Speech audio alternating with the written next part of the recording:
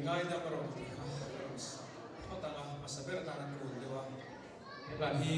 sang ti som panga ka phuani ga kan nau pakhat in entirin ka suaya sa son tangwal pakhatina ama hun ton min share ni ha hun kalta dam taka anun lui liam du khan a khole na solo ka pathian mal som na poi ka dong le thelo ka thil ti suar ka la sing shi ani atia chon ka pian than tu thing ko yen kha ka thil ti su ka pathian hot som ta ni wangin min folet se la pathian mal som na poi ka la dong thei thelo